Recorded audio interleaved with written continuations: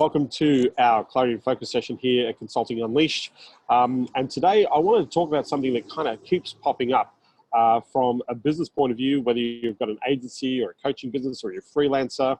And it kind of builds the cornerstone to your business. And so I want to discuss, there's two things that I want to discuss, and they're kind of really important.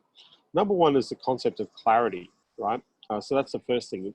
In terms of clarity about our offering, the service we provide, who will benefit the most from what we do, how do we convey that information for them to engage our services, very, very critical.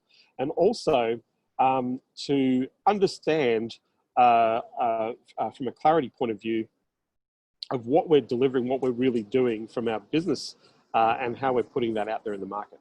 And the second thing I want to talk about is certainty, because when we have clarity, we have a level of certainty. And a lot of people are very uncertain about things like the results that they can deliver. There's uncertainty around pricing. There's uncertainty around the way that you package or productize. And so people have, when you have a lack of clarity, when you have a sense of uncertainty, then it's really hard to actually go out to the marketplace and generate or build a solid business for yourself.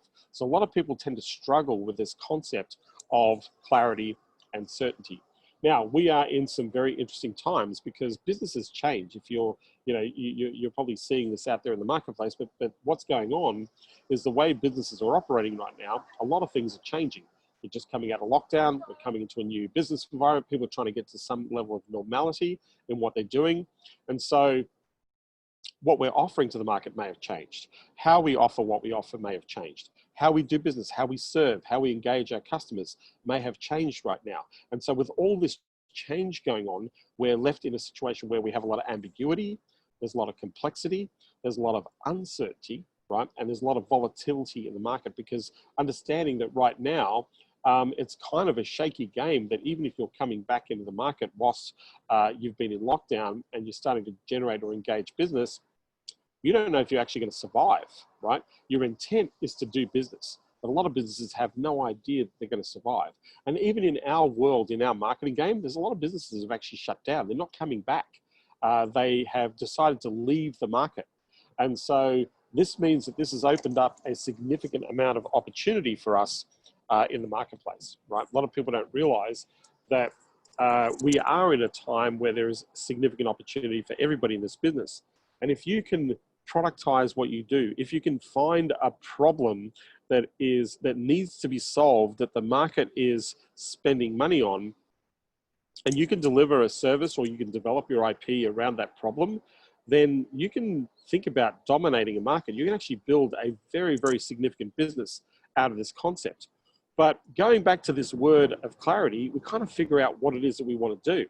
And so for a lot of businesses right now, in this time of uncertainty, are trying to figure this out, and they're looking for people with your skills and your knowledge and understanding to be able to help them gain that sense of clarity, to have a level of assurance, to be able to move forward in the marketplace. So this is why clarity is absolutely vital, because if we don't have this, then we are in that level of uncertainty. And if we have the uncertainty, we have no confidence, and when we have no confidence, we kind of have no business. Right. So the opposite side of this thought process is that when we are super clear about what we do, who we serve, how we solve those problems, how we communicate, how we engage, when we have that level of clarity, then we have a level of certainty. There's a level of strength in that. When we have certainty, we have confidence. When we have confidence, we have success. So this is the thing. That word clarity is really important to most people in business, and most people aren't very clear. And when you're not very clear, then it makes it very difficult for people in the marketplace to want to deal with you. It makes it very difficult for people in the marketplace to know what it is that you have to offer. Because what people want to do in business is they want to pigeonhole you, right? When you go to the market and tell them what you do, in their mind, they want to put you in a box and go, great, you as a business provider provide this service. And then it makes it very easy. They can categorize and say, okay, if I have this problem, I can use you to solve this problem. Right? And so that level of clarity is a way to improve your ability to communicate what it is you do. And oftentimes when I work with people, one of the first things I ask them to do is to sit down, think about all the people you know, friends, family, associates, the connections you have, is to write down what it is you do and to go and share that with the people you know. Because most people in your own sphere or your own circles perhaps don't know what you do. And if they don't know what you do, then how are you conveying that information to the marketplace? That's a real critical challenge. So to gain clarity is about asking questions around, well, what is it that you're doing? What are you really good at? What are your skills, right? What gaps do you see that you know that you can solve a problem in? And then what does that problem look like for the clients that you work with or that you serve in the marketplace? Are they spending money to solve the problem? If they are spending money to solve the problem, how much money are they spending solving that problem? The more money they spend, right, the more they're willing to invest in a solution to solve that problem. Because there's two buying motivating factors that most businesses have. One, they either want to save time or save money, or they're trying to gain pleasure or avoid pain. So they're either gaining pleasure and avoiding pain, or they are trying to save time and they're trying to save money. And alternatively, are making money is leaning towards the pleasure. So if you think about the service you offer, where do you fit in that matrix? Are you helping people avoid a pain? Are you helping people to make a significant gain? Are you helping people to experience pleasure? Are you helping people avoid pain? The more clear you are about that motivating factor that you deliver to the marketplace, the easier it is for the businesses or businesses to understand what it is that you have to offer. So understand, right, on that dichotomy, right? So Yaniki says to save time and to make more money. Yeah, right.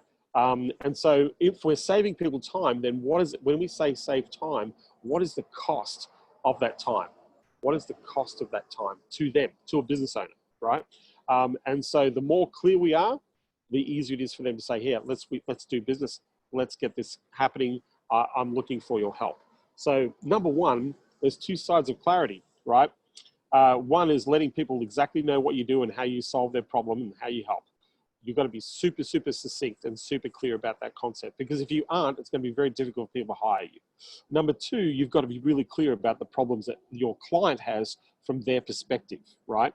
If you're doing lead generation, saying that you're going to generate leads is not enough, because generating leads in and of themselves don't really solve the problem for them. You know, yes, it gives them an opportunity, but we don't know if they've optimized the way that they handle those leads. So for example, there's companies that we've worked in the past where we were in the lead generation business, and we would generate tons and tons and tons of leads. And the problem is the clients would come back to us and say, you know what, yeah, I know we're getting these leads, but one, they're not turning into sales, and two, we can't handle the number of leads that you're sending us. We can't handle that opportunity. Now, if we can't handle the number of leads that we're sending you, it's going to be really difficult to do any business and generate outcomes. So then they would stop utilizing our service. So even though we were doing the very thing that they said they wanted, was to get leads, what they really wanted was buying customers. They wanted a process to filter those people. They wanted people who are ready to buy. They wanted people who, that they would spend the least amount of time, the path of least resistance, to having those people put money into their bank accounts. The problem with that is that they're not taking consideration the behavior of a customer and how a customer buys, and they're not taking consideration is what is the process that their customer has to go through to make that purchase. So these are other areas that you need to be clear about. You need to be clear about how they engage their clients, how they help those clients to buy. What are the steps? What is the cycle? How long does it take a customer to make a decision? What are the buying indicators or predicators for them to make an investment? So if you're providing a service, think about what are the predicators that your customer has to actually hiring you to solve that problem. Are they bringing new product into the marketplace? So do they need support and help with that? Are they having to improve their current situation? Are they looking to add to their marketing sphere or marketing piece because they know that there are opportunities to actually put their offer out into the marketplace, and they need your skills to be able to do that? Are they opening up a new location? Are they hiring new people or new salespeople? What is the predicator? What is the thing that connects those people to hire you for your services? So these are all things that you kind of want to have a level of clarity about, so that you can actually deliver your service more effectively to the marketplace. There's a friend of mine who talks about the magic bullet. And if you think about what I mean by the magic bullet concept or the magic bullet product, is the magic bullet is people see this product or service and they go, that's what I want to buy. That's what I need, right? They know exactly in their mind that this is what they want, and they see something that can deliver that outcome. And just by seeing it, they go, yep, I'm in, I need to get that. The magic bullet product only comes from being super, super clear about the problem that is being solved, super clear about the outcomes that you can deliver. They go, this is the perfect solution that I am looking for. And they literally step into doing that. The iPhone is a perfect example of a magic bullet product. It kind of sells itself. You can have tens of thousands of songs or hundreds of thousands of songs on your iPhone, your iTunes. You can watch movies. You can stream movies on your iPhone. You can communicate, text message. You can engage in social media. You can search for product or services. This is a multifaceted device that we have. These smartphones are a multifaceted device we have. And because they're multifaceted, they allow us to have incredible reach. So if you show somebody a device like this and say, hey, this is what this device does, right? You can watch your movies, you can send text messages, you can do social media, you can do your search, you can engage with your iTunes, with your playlist. You can use it for all these services. You've got all these applications. The product is a magic bullet product, right? So to find a magic bullet product, the idea is intimately knowing what the problem is that you're solving. And why is it important to the client? Because the more important that problem is, the more likely they are to jump into what you have to offer in the marketplace. So if you're clear about what you solve and how you help, and if even you can narrow that down even into a niche so that you're really good at doing this one thing that you're delivering to the market and you're consistent with this thing, then by articulating that message or by putting that message, you're going to attract a lot more interest in what you do because they see or they resonate, and in that pigeonhole that they have in their mind, they go, you're the person, Tom, or you're the person, Mary, that I need to talk to because I know that you solve this problem. The biggest challenge in this process of clarity is zeroing in to that message. You know, we have things like product market fit. Does our product fit the market? In most cases, if we're offering a service, we know that there is a market for our service. But the real key factor that we need to get to from that clarity point is the message to market match. Oftentimes, it's the mismatch of our message that isn't resonating with our prospective customers in the marketplace. So that's why we need to ask a lot of questions around who our customer is. What are they doing? Are they spending the money on the problem we solve already? If they are, who are they spending that money with? If they are spending that money, how much money are they spending on solving that problem? So if we understand all of these things, if we get that concept of all of these things, then we actually come to the market with a much better solution. And we can actually come to the market with a much better level of communication that we deliver to that market, right? So understand from the clarity point of view, there's a whole series of levels of understanding that you have. And part of that clarity piece also is the mastery, the capability or the ability to deliver a result, right? A lot of people don't realize that people are buying you for the result. They're not buying you for the service you provide. They're buying you for the outcome. So does your communication talk about the end result in their terms, or are you talking about the end result in your terms in the marketplace? So these are some of the things that you want to take into consideration when you're communicating a message, when you're engaging a customer or a prospective customer. And I feel that a lot of people just don't have enough conversations, and they truly don't understand what it is to have people literally to step into them to say, yeah, I need to talk to you. That seems to be a common issue in the marketplace. One of the things that I found in developing a business or growing a business, especially if you're developing a service business, from a time perspective, a lot of these things that I've talked about, it takes a fair amount of time to get into the cadence to be able to answer these questions in a way that will actually help you get a much better result for what you deliver in the marketplace. So what do I mean by saying, what am I meaning by saying this?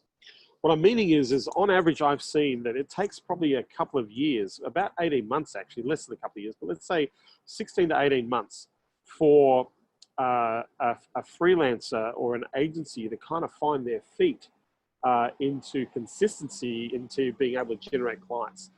So there's this aha moment, and generally in that 16 to 18 month mark is where most people kind of experience it. Because what you're doing is in that time frame is you're going through the learning curve. You're learning about your market. You're learning about how you deliver your product or service. You're learning about how you engage your customers in what you do. You're learning all these things to get better at what you do in the marketplace. And what I see a lot of people is they want to cut corners, right? They get into this game because the barrier to entry is so low. Yeah, I'm just going to twist around here, so just get out of the sun here so you can see me a little bit better. But what happens is a lot of people are getting caught up in the fact that there's a low barrier to entry in this business. It doesn't take much to start this business. In fact, it's one of the cheapest businesses to start.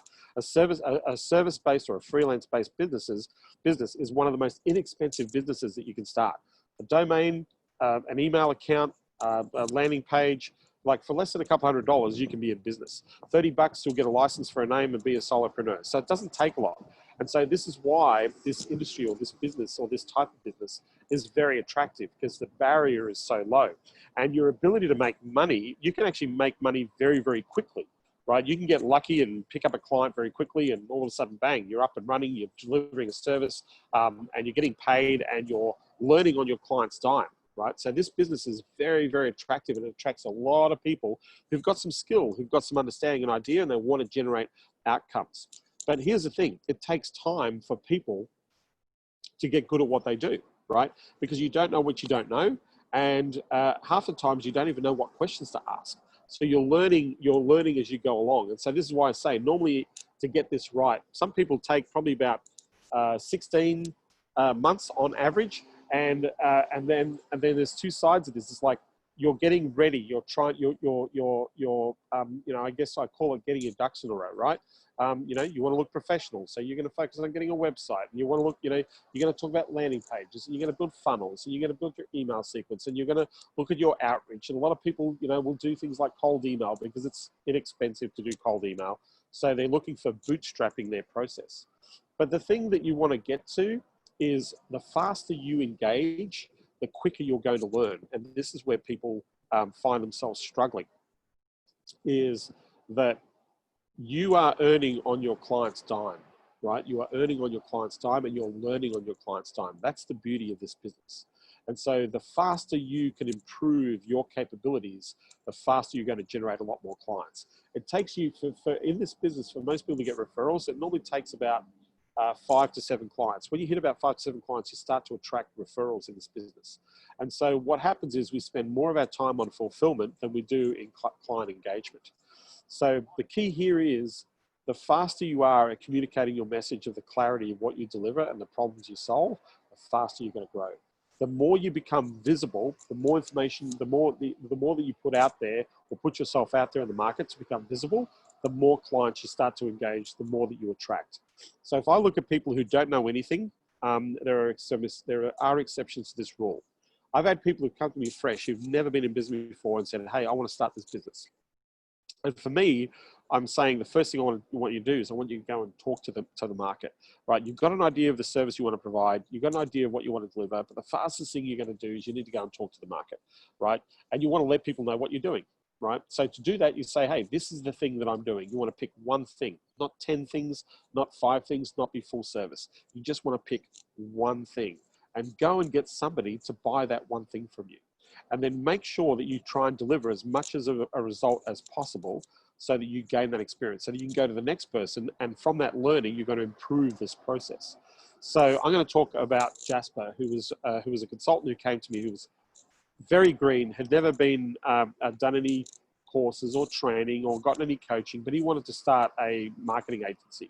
And in his journey, he knew he wanted to do something, he just didn't know what he wanted to do.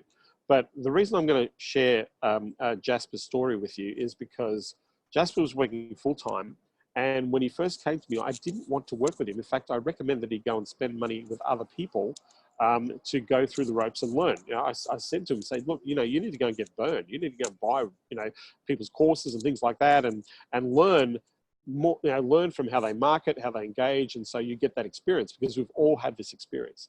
But he was very, very persistent with me. He said, no, I want to do this, and I'd like you to help me. And so, okay, so I agreed on the condition that he would apply what I taught him to go out to the market. So in his journey, what I'm going to share with you is, from a clarity and a certainty point of view, Jasper built a marketing agency part-time from zero to $150,000 a month in recurring revenue in 16 months.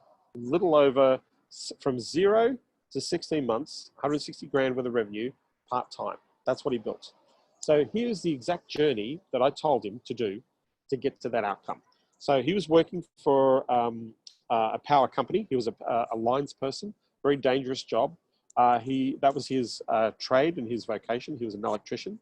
And he wanted to start his own business, and he knew that he wanted to get away from working in this dangerous job into something that he enjoyed. He wanted to be an entrepreneur. He wanted to be a business owner.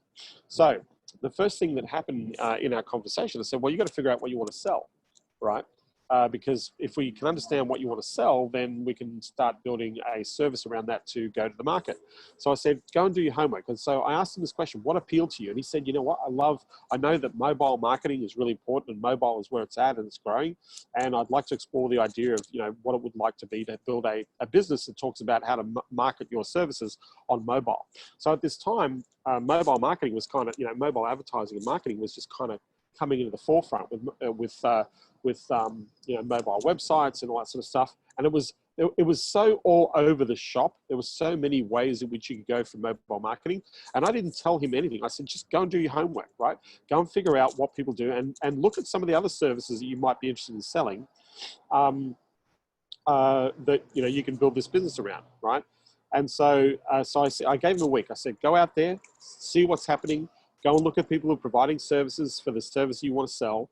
Look at your options. Look at who they're selling it to. Look at how much they're charging. I want you to go and do some research. So a week later, he comes back and he says, you know what? I'm not going to do mobile marketing. There are so many ways and avenues with mobile marketing. It was too ambiguous. There's no specificity around it. But he says, you know what I discovered? I want to do AdWords, right? I want to build an AdWords business because I know that if people advertise, they can get a result. If they're looking for customers, they need customers. And one of the fastest ways to do that is to run Google Ads. So I said to him, great. So now you've selected to run a Google Ads or a Google Ad business, or at that time it was Google AdWords, but to run a Google Ads business. So what I want you to do is to do this. I want you to go and find the top Google Ads companies, agencies. I want you to call them. I want you to go and check out their websites. I want you to look at what they're offering. I want you to look at their case studies and testimonials on their websites. I want you to call those companies, and I want you to ask them how they help their clients, right? I want you to call those companies, say, hey, I'm talking to a lot of business owners. I know Google AdWords is really important. How do you help people with Google AdWords? That's what I asked him to do. So he went and did his homework. He rang about 12 different agencies. He found out what they did, what they sold, how much they charged, who they sold it to, all of those things, right? And so he now had an understanding, or a rough understanding, and through those phone calls, I said, what did you find when you were dealing with these companies? He says, well, most companies don't know what they're doing. And I said, well, tell me what you mean by that. He says, well, they don't know what they're selling. They don't know who they're selling to. They don't know how it works, right? They weren't really helpful. They just wanted to sell me ads. And I said, were there companies that treated you professionally? He said, yes, there were. There were a couple that were really good. Well, what did the good ones do? So, well, they asked a lot of questions. They shared what their philosophy and their strategy was. They walked through how they help people. Did they follow you up? Yep, they followed up. Did they provide you with information? Yes, they did. Okay, great. So we know that there are professional people in the marketplace and in terms of what they do in this marketplace. So I said, great. So you want to do Google AdWords? I said, now we need to learn how to do AdWords. You're not going to do AdWords. You're going to hire somebody else to do them, right? But you need to understand the fundamentals and the framework. So I recommend that he read 2 books. There's a book by Perry Marshall called the 80-20 marketing rule, which talks about how to use AdWords and leverage sales through AdWords. And then there's the Ultimate AdWords Guide, which is written by my friend Mike Rhodes and Perry Marshall. It is the Ultimate AdWords Guide. And I said, you just need to understand the framework of how ads work, so that when you share this with people, you want to be able to demonstrate that you at least understand what you're talking about, right? So we went through this process where he would demonstrate to people, showing them, right, that he understood, or he showed them that they could understand what he was talking about. He would literally draw out the map of how an ad campaign would work. He talked about keyword research, he talked about strategy, he talked about copy, he talked about all those sorts of things. And then I said, great, so now we need to go and pick a market. And so what Jasper did was he caught into this idea where I talked about the Inc. 5000 list. The Inc. 5000 fastest growing list is a list that happens every year. It's run by Inc. magazine. And essentially it shows you companies, how much revenue they make, what percentage of growth they've had, what niche they're in, how many employees they've got, and a little bit of information about their company. And I said, great, well, we need to choose a handful of those people in the market, and we need to go and ask them, and we're going to demonstrate to them, perhaps looking at a more strategic approach to their ad campaigns so they can get better results to attract and engage customers. So I said, what I need you to do is I need you to show me how to run an ad campaign, what I need to know to run an effective ad campaign. Now, Jasper was not going to run the ads. He was using a resource partner that was going to do the ads for him. They're going to manage the account. They're going to do all that sort of stuff. So within 4 weeks, he understood the basic fundamentals of ad campaign. He tested running a very short campaign for himself just to see how it worked, but he found a resource partner that did AdWords all day long. They had millions of dollars worth of management of funds, and so he worked with that resource partner to do fulfillment. So he then started to reach out to people on the Inc. 5000 list, and his first 3 clients, from the time he started to the time in a 6-week period, he got to $24,000 of recurring revenue in 6 weeks. He had signed up 3 ad agencies, media agencies, who didn't do AdWords, where he was saying, hey, let's run an ad campaign direct to the market for people who are searching for media companies. And we've got a team and a strategy that we can basically start to run a campaign to make sure you open the door to picking up clients as opposed to you relying on referrals. Can I help you with a campaign? That was his offer. So he reached out to people cold on the Inc. 5000 list, and he sold his management fee because he didn't know anything. And I said to him, look, you know, ultimately, when you think about the work you're going to do and what's going to happen in the process, what were you going to charge for a management fee? And he says, I think we should charge $8,000 a month. And so that was his first management fee. He didn't charge at $500 a month. He didn't charge at $1,500 a month. He charged at $8,000 a month. So his first 3 clients paid him $8,000 a month in management fees. And they were media companies that were some of the fastest growing media companies in America that weren't running AdWords, right? He was using a resource partner to create the ads, and this was his first 3 clients. So his first 3 clients generated a recurring revenue of income of $24,000. And then he said, I need to make more sales. And he says, but I've only got 2 hours a day. I said, well, that's all you need to focus on. You've got 2 hours a day, part-time, and all your responsibility is to engage people, generate an appointment, present what you do, and then what you're going to do is you're going to have your fulfillment, right, person to actually fulfill the campaign. So he used VAs to project manage, and he used a resource partner and a person that did AdWords at white label to manage those campaigns. And then he realized the idea of niche, right? So, hey, I need to go and pick a niche because niches is, if I can sell to the same person over and over and over again, it's going to make it a lot easier. I don't need to go changing my story. I don't need to customize. So what niche do I want to go into? And so the niche that he chose was a niche that I talked about, was custom jewelry. And so within about a 10-month period, he had 15 clients working with him. 10 of those clients were in the jewelry business. They were paying an average of $6,000 a month in management fees, and his average ad account, he was the average advertising budgets he was charging people at the low one was $5,000 a month, and the high end was between $20,000 and $30,000 a month. Now, the beautiful thing about this story about Jasper and why it worked so well for him is because he didn't have any preconceived notion of what was possible and what was not possible. He just went, let's give it a go. Let's give it a shot. He didn't have a website. He eventually put up a landing page, and eventually did put up a website. But within an 18-month period, within a 16-month period, he went from 0 to $150,000 a month in recurring revenue, a $1.8 million business in 16 months. And he still didn't quit his job, right? He still had a full-time job because you know, he wanted security. He wasn't sure, but he had already replaced his income 3 times over. 3 times over. His profit more than replaced his income 3 times over. And he was still maintaining his full-time position in his company. And eventually he decided to quit, right? He decided to say, hey, I'm leaving work, I'm going to do this business. And all the people he worked with had no idea. In fact, they were incredibly surprised that here he was running a media or marketing agency doing AdWords campaigns. So here's the thing. Going back to that concept of clarity and certainty, Jasper gained clarity through asking those questions, getting experience, and learning on his client's dime. He got very clear about what he could deliver, what the expectations were, and what he could actually maximize the opportunity of his clients in the marketplace, right? He got very clear about that. The second thing is he had a level of certainty. Because he was getting results, he was seeing more and more ways that he was getting results. It was also understanding that he needed to build relationships and nurture his relationship with his clients so he could retain them, because the longer he would retain them, the longer they would stay. So he never did 1-month deals, 90-day deals. He would sign people up for 12 months. He would have an agreement and he would call it, this is our advertising marketing program, and this is a 12-month advertising marketing program that we put together. So he would engage people in a 12-month project as opposed to a month-to-month project in his marketplace. So that gave him certainty. In that certainty, that gave him a lot of confidence. When he quit his job, he more than doubled that business again. And today he's running a pretty amazing marketing campaign. Pretty amazing media business. In fact, I think he's actually invested and purchased other businesses based on the level of success that he's had in this market. Now, Jasper's story, he is the exception to the rule. But the thing that made Jasper different is that he just wanted to give it a shot. He was determined that he was going to be successful at running his own business, and he was determined to fail in the process. He was determined to learn as much as possible, and through that process, he just got better and better and better at what he did. But the number one thing that he got really good at was understanding how businesses work.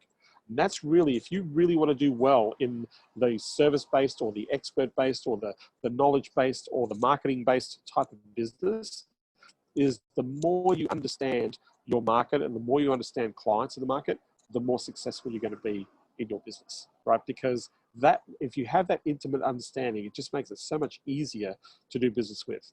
So clarity and certainty, two very, very important things. It's the same thing when people buy your products and services.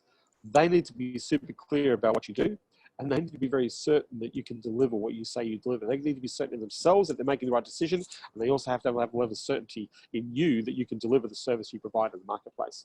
So with that, I want to thank you for being here. If you have a question, I'm happy to answer a question here. If you've got something, a business question, we've got a whole bunch of people who are actually here on the live call. Really appreciate you being here. Brian, good to see you here. Eric, good to see you here. George, nice to have you here. Mark, Rashida, good to see you here. Yaniki, we've got a few others. So if you have a question, you'd like me to ask me a question, I'm more than happy to answer your questions for you. Just type away in the chat, and I'm happy to answer your questions. And if you had a takeaway from this video, I'd love to hear your takeaway if you want to type in the chat. So like I said, if you've got a question for me, ask me a question that I can help you with. Or if you've had an aha, or if you had a realization, or if you've learned something, just type it in the chat so that we can address what you've learned. Clarity in the message, yeah. The more clear you are about what you do and what you deliver, who you look for, the easier it is for you to grow your business. Clarity is absolutely paramount. Anything else?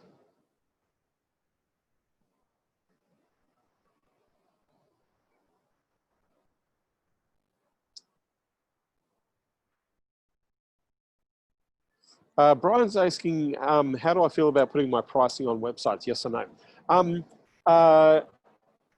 There's two schools of thought. I don't have any, I'm quite happy to be transparent and put prices on a website. I have no problem doing that.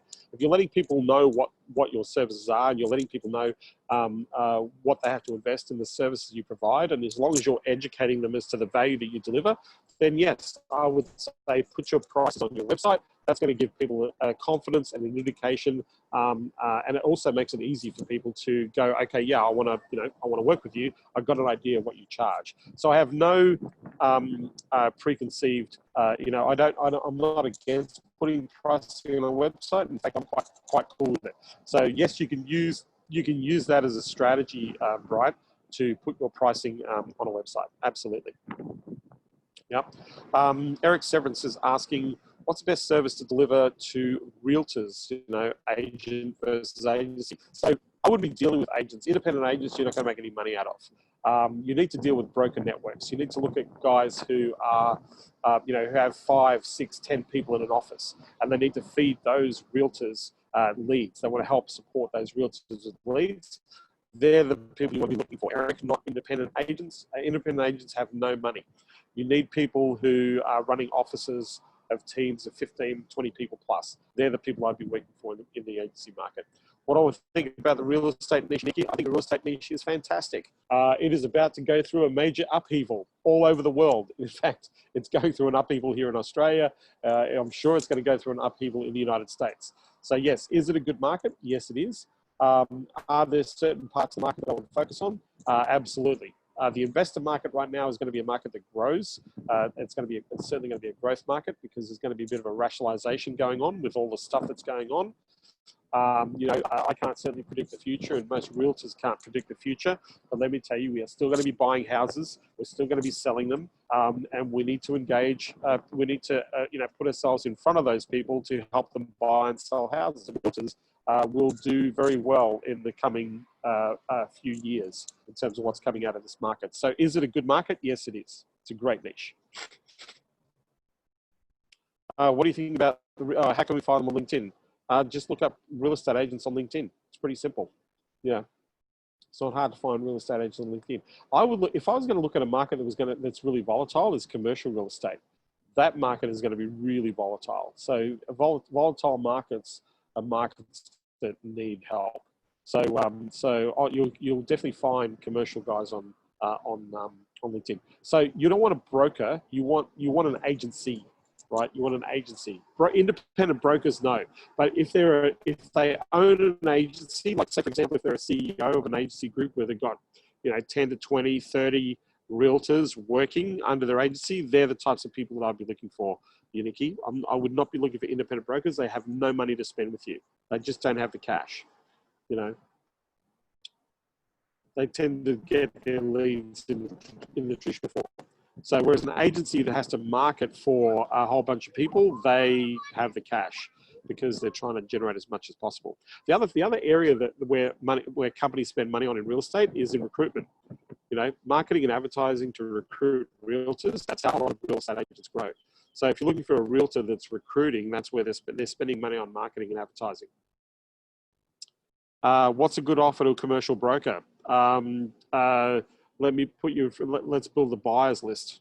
Let's build an investor, a buyer's list. Let's build a leasing list, and let's build a listing list. There are 3 lists that you can build, right? Can we bring you buyers? Can we bring you listers? And can we bring you leases? Do you have a strategy right now to attract listings? Do you have a strategy right now to engage buyers for those listings? Do you have a strategy to engage leases for those listings? Those are the offers, right? What are they, Eric? Whatever they want is what you want to deliver. So what do they actually want? They want people who want to either invest in the listings that they have, or they need inventory. Those are the 2 things that any good realtor needs. They need listings and they need buyers. So how do you help them get listings, and how do you help them get buyers for those listings? Or how do you find leasing customers for those listings? Yes.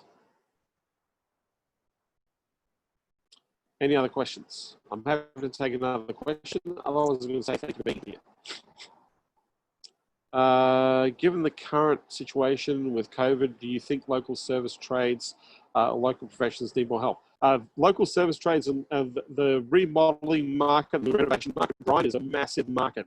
It's on the rise. I know HVAC people that have been flat out all the way through COVID right now. They've been super busy because they've been advertising and marketing. I know remodelers have been super busy. In fact, I know a fencing contractor in the middle of COVID has booked himself out for the next 7 months solid.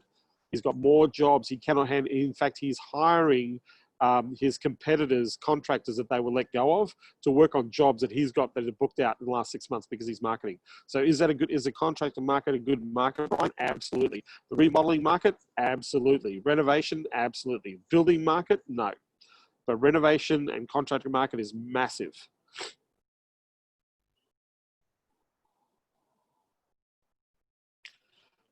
He runs a media agency in the jewelry industry, Chris. No, because some of them are looking to look at market share. A lot of contractors, for some reason, have panicked and they've cut themselves out by letting people go. So they're struggling. They'll struggle to get back in the market. What they're looking for is they want to be busy, right? So anybody that's wanting to go out there and bridge the gap to what's being left by those people who've left the market, they need visibility. Most contractors are terrible at marketing. They need all the help they can get. So that's why, Brian, it's a massive market. It's a huge market opportunity.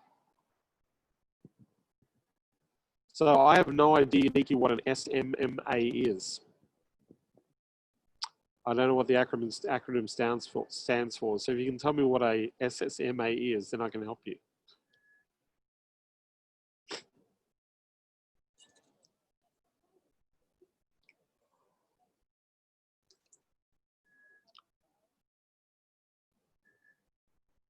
A marketing agency. A good appointment setting thing is to go and ask them if they need help with your service. Hey, I specialize in helping people just like you to get results in this area.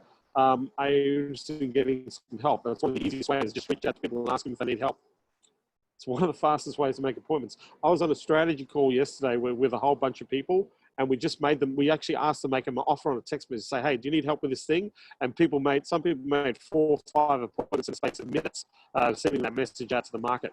So a good strategy for prospecting is asking if they need help for a specific thing. Do you need help with AdWords? Do you need help with Facebook strategy? Do you need help? Do you need help? Right now, are you looking to get better results? Are you looking to attract, engage certain types of customers? Do you need help? It's one of the best ways. Or, hey, I'd love to show you our methodology for getting this type of result. Are you interested? That's a great offer, Yaniki. That's what you need to do. So with that, I'm come to time. Thank you for hanging out with me. I hope you picked up some ideas, some tactics. Enjoy your weekend. We're coming into a new week. Make sure that you're prospecting every day. Make sure you're sending out offers every day. Make sure you're helping people in your market, and you're going to maximize your opportunity to generate incredible business. Thanks for watching. I will see you on the next Work in Action, which will be happening on Monday, same time, same channel, 4 p.m. Pacific Standard Time. Take care, everybody.